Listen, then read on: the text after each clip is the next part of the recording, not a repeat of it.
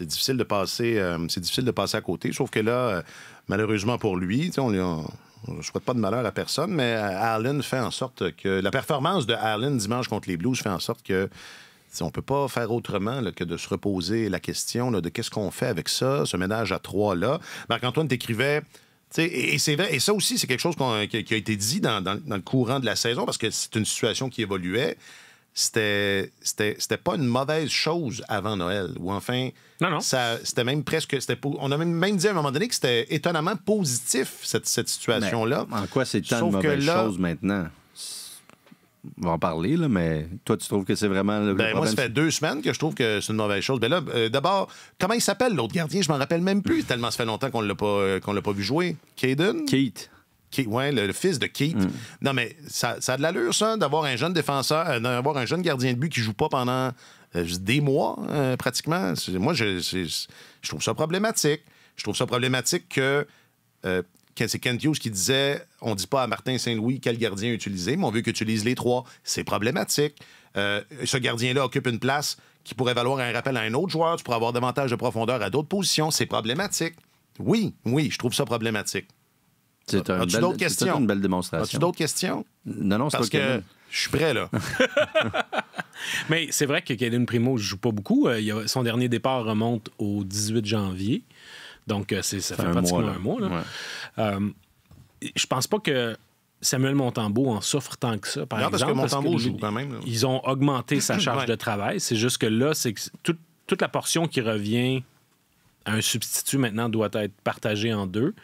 Puis je pense que Jake Allen, c'est un gars qui a besoin de jouer davantage. C'est complètement en dehors de la cadence de travail à laquelle il était habitué. J'ajouterais tout le monde ou n'importe qui, là. Je veux dire... Tu dirais que Primo ait une mauvaise sortie, puis on pourrait dire la même chose. La génération précédente des gardiens de but, les auxiliaires ne jouaient pas beaucoup non plus. Mais là, dans le contexte actuel, dans un environnement où la Ligue nationale fonctionne beaucoup par tandem maintenant, c'est sûr qu'il y a beaucoup de 1A, 1B. Ouais.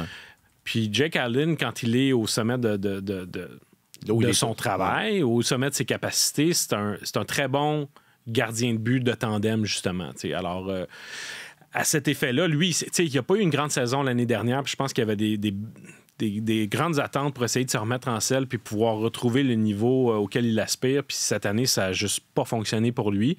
Il a remporté 3 de ses 4 premiers matchs, mais à partir du moment où il s'est fait chasser de son filet contre le Lightning de Tampa Bay au début du mois de novembre, on dirait que les choses ont dérapé. Puis à partir de ce moment-là, il n'a jamais été capable de vraiment trouver son élan.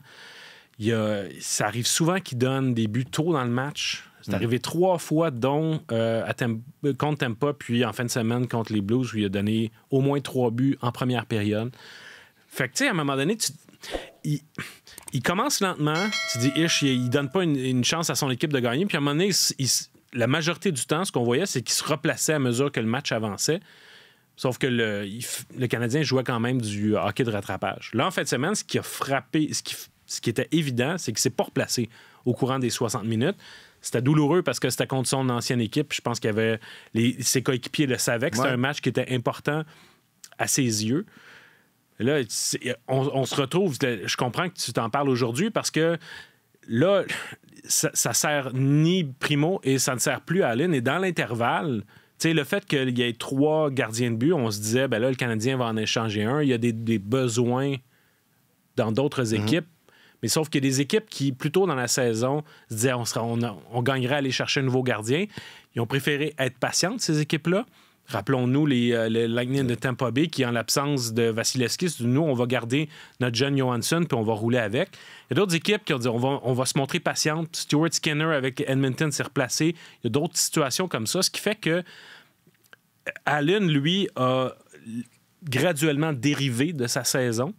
Et pendant qu'il y a d'autres équipes qui ont réglé, leur problème devant le filet s'est réglé par soi-même, tu te dis, ben là, il y avait peut-être une fenêtre qui, à un moment donné, était ouverte, qui aujourd'hui semble s'être refermée. Toutes les équipes ont été patientes. Il n'y a pas d'échange de gardiens. Non. Je pense qu'il n'y en a eu aucun depuis Casey DeSmith, en fait. Là. Donc, il n'y a que Hughes qui est là à rendre ses gardiens disponibles. Tu sais, Allen, ça reste que 18 départs quand même cette saison. Il risque mettons qu'il passe le reste de l'année avec le Canadien, il va en avoir au moins 25. disons, peut-être même un petit peu plus proche de 30. Ça reste un travail d'auxiliaire, une charge de travail d'auxiliaire tout à fait correcte. Puis il a souvent dit par le passé, moi, ça a été long dans la Ligue nationale avant que je trouve ce qui fonctionne pour moi, ma recette gagnante, et j'aurais pas pu faire ça avant, jouer sporadiquement parce que c'est trop difficile au niveau de la concentration. Comme tu disais, je suis un gars qui aime le rythme, etc. Mais maintenant, ça va. Puis c'est ce qu'il disait à l'époque, ce qu'il a dit souvent. Clairement, là, je sais pas si c'est le début de son déclin, là, on lui souhaite pas, mais ça ressemble un peu à ça. Depuis le début novembre, c'est 2-10-2 s'affiche. Parmi tous les gardiens qui ont disputé au moins 10 matchs, il y en a 67. Il est 65e pour la fiche, 60e pour l'efficacité, 66e pour la moyenne. Donc vraiment, puis là, c'est un échantillon qui commence à être assez large, là, assez important. Alors, c'est difficile de... Malheureusement, il y a peut-être un peu là une constatation que tranquillement, il s'en va peut-être sur la pente descendante. Je ne sais pas si c'est parce que Hughes s'est montré gourmand, entre guillemets. Là. Tu sais, quand tu dis que la Caroline avait besoin de renfort, les Devils avaient besoin de renfort, les Oilers se posaient des questions, il y en avait un peu partout. Et puis on a entendu le nom d'Allen associé à celui d'Edmonton pendant un bout de temps. Est-ce que Hughes a voulu être un peu trop gourmand à l'époque? Est-ce parce qu'il voulait absolument pas retenir de salaire, etc.? Bon, on le sait pas. Mais là, ça apparaît, comme tu l'écrivais, difficile de voir comment ils vont être en mesure de compléter une transaction d'ici la date limite. Là. Je vois pas comment tu peux échanger Jake Allen, honnêtement, même en retenant la moitié de son salaire. Il reste presque 2 millions. C'est difficile. C'est difficile de voir ça. Il y a Elliot Friedman qui disait que les Devils sont toujours à la recherche, mais on parlait plus de solutions à long terme dans leur cas, là, comme Jacob Markstrom, par exemple, qui lui va vraiment très, très bien avec c'est l'autre affaire aussi, c'est que dans la fenêtre dont tu parlais tout à l'heure, il y a aussi des noms de gardiens intéressants qui se sont ajoutés à la conversation. Markstrom, le dont premier. on n'entendait pas tant parler il y a 2 mois. Là, Markstrom, John Gibson. Lui, il lui reste 3 saisons, je pense, à 6,4. Ça va peut-être être un petit peu plus compliqué, mais Markstrom, 6 millions, ça a l'air un peu moins élevé. 2 autres années, et c'est vraiment, vraiment replacé. Là. Il connaît une excellente séquence, une assez bonne saison. Ça peut être intéressant pour une équipe comme les Devils qui n'ont aucune solution à court terme, devant le filet, court ou moyen terme devant le filet. Il n'y a personne qui s'en vient. On pensait peut-être qu'Akira Schmid, l'année dernière, après ses belles performances en série, ça deviendrait quelque chose, mais pour l'instant, c'est pas le cas. En tout cas, ça devient intéressant. Puis moi, je vois plus où Jake Allen a sa place dans ce marché-là. Là. À Laval. Qu'est-ce qu'il y a de mal à ça? Qu'est-ce qu'il y a de mal à ça? Je comprends là, que c'est plate là, mais en même temps, c'est le cycle de la vie. Ouais, on pourrait mettre la chanson, là. Note de réalisation. J'allais dire, faut faire attention à comment ça va passer. OK. Dans ta gang. C'est ça, OK. Ouais. C'est peut-être le seul argument, là pour le garder pour l'instant. Comment dire, c'est pas comme... ce serait pas une décision drastique. Ce serait pas une décision loufoque non plus. Ben, enfin, je sais pas, dites-moi. Non, c'est pas drastique, là. C'est pas comme si on n'y avait pas eu sa chance. Là.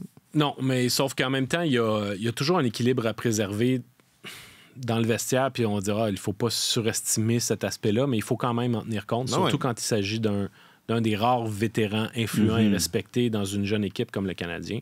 Fait que le renvoyer à Laval sous prétexte que qu'on veut davantage développer Primo, il est pas... Tu sais, il a été mauvais en fin de semaine, mais son rendement moyen, depuis le début de la saison, n'est pas aussi atroce que ça a été en fin de semaine. C'est juste qu'il est correct, puis tu gagnes pas avec correct.